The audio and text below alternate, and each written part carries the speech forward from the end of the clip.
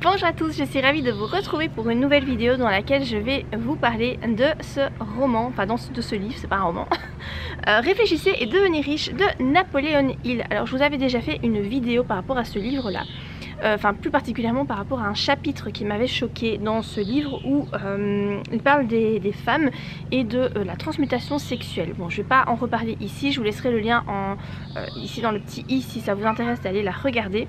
Ici je vais vous parler du livre dans sa globalité. Qu'est-ce que j'en ai pensé? Est-ce que je trouve que c'est un bon ouvrage ou pas? Alors il faut savoir que c'est un best-seller. Le médecin qui a mené des millions de personnes vers le succès. Ok, bon.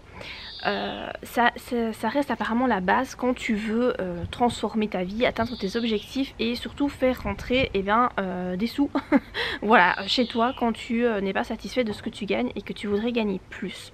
Ça te montre comment tu dois faire, quel mode de pensée tu dois adopter. Alors, ce livre aborde beaucoup de développement personnel et aussi de spiritualité. Je ne m'attendais pas à retrouver comme ça de la spiritualité dans ce livre là, mais il y en a et j'ai trouvé ça pas mal.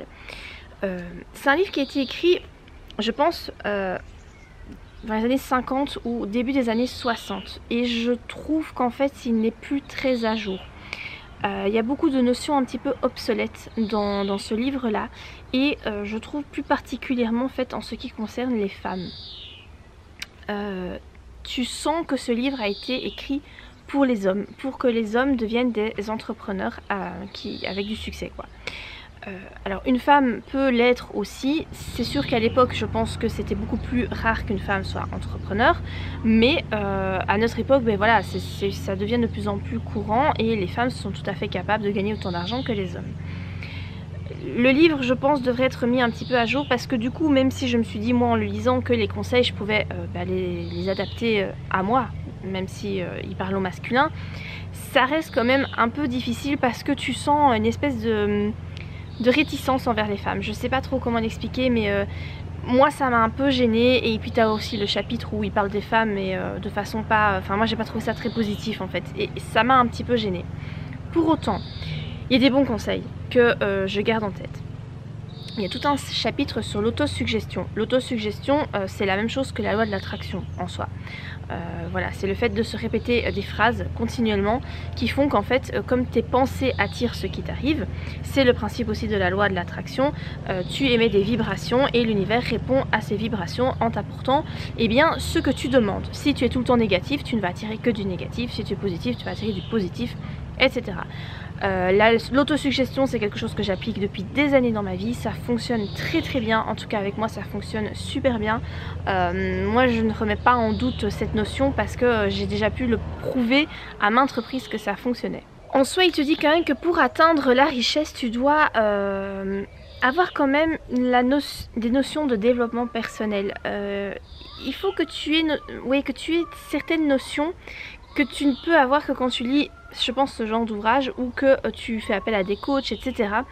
Et ça, j'en suis intimement persuadée. Il développe aussi certaines notions qui sont importantes telles que la détermination, le pouvoir de décision. Tout ça, ça rejoint vraiment beaucoup de lectures moi que je fais par rapport au développement personnel qui te servent à atteindre tes objectifs. Et c'est vrai que voilà, cet ouvrage rejoint tout ce que j'ai déjà pu lire.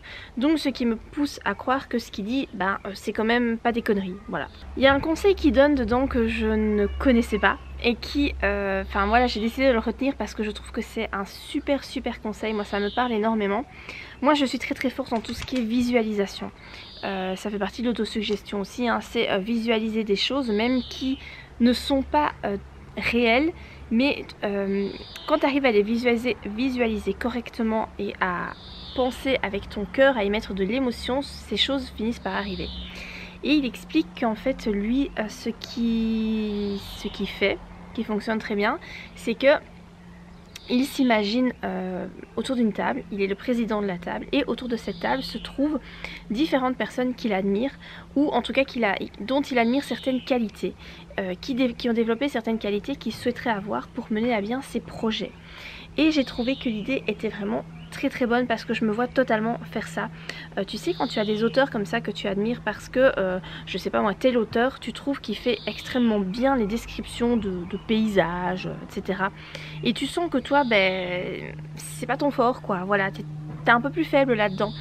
et tu admires vraiment cet auteur, et bien lui ce qu'il suggère de faire c'est de t'adresser à cet auteur, de t'imaginer qu'il est à côté de toi autour de la table et de dire s'il te plaît auteur, donc l'auteur X, merci de me donner les connaissances qui t'ont permis de réussir à écrire les paysages, à décrire les paysages comme tu le fais, etc. Moi au début quand j'ai lu ça je me suis dit waouh, mais en fait ok tu peux admirer quelqu'un mais en général tu n'admires pas tout chez cette personne, mais en fait tu as vraiment comme ça des petites phrases, je vais vous les citer parce que comme j'ai le livre là, il dit donc monsieur untel ou madame untel, je vous demande de graver dans mon subconscient les qualités que vous possédez et qui vous ont permis de ta.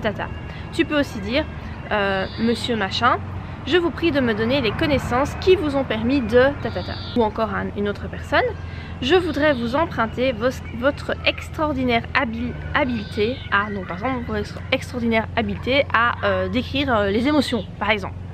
Et je trouve que c'est une super bonne façon de faire, et il explique aussi que souvent il demande des conseils à ses auteurs, donc des conseils imaginaires, il fait des espèces de dialogues dans sa tête et ça l'aide beaucoup, et je trouve que c'est une super astuce.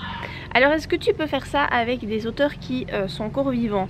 Il ne le précise pas, je suppose que oui, mais moi j'ai envie de mettre une autre dimension par rapport à ça, puisque comme je crois à la réincarnation, etc., à l'âme et compagnie, le fait de t'adresser à des personnes qui sont décédées, peut-être que tu as la possibilité de te connecter réellement à l'âme de ces personnes qui sont décédées.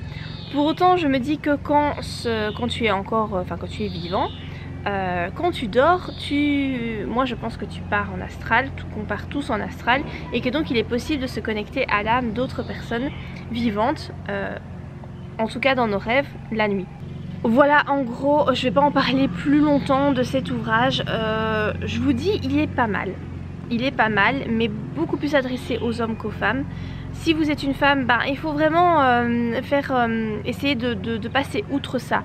C'est pas toujours évident, voilà. Et moi je vous avoue que j'en ai souvent marre de lire des livres qui me donnent l'impression d'avoir été écrits pour les hommes en fait, ça me gonfle. Mais voilà, c'est un auteur masculin, moi souvent je lis des autrices en fait, je préfère quand ce sont des femmes qui écrivent, je me sens plus concernée en fait quand ce sont des femmes, mais voilà, après est-ce que ça va me permettre de devenir riche d'avoir lu ça? Je ne suis pas sûre, parce que de toute façon tout est dans l'action, si tu prends pas de décision, si tu ne décides pas d'être dans l'action, ça ne fonctionnera pas, mais je pense que ça peut être pas mal pour débuter en tout cas en développement personnel, ou pour essayer d'atteindre ses objectifs. C'est une lecture qui est pas trop mal, voilà. Voilà par rapport à cette petite chronique de cet ouvrage de développement personnel, entrepreneuriat, je sais pas trop comment le classer. J'espère que la vidéo vous a plu. Si vous avez lu ce livre, n'hésitez pas à me dire ce que vous en avez pensé. Si vous êtes une femme, est-ce que vous avez eu la même sensation que moi? Et moi je vous dis à très bientôt pour de prochaines vidéos. Bye!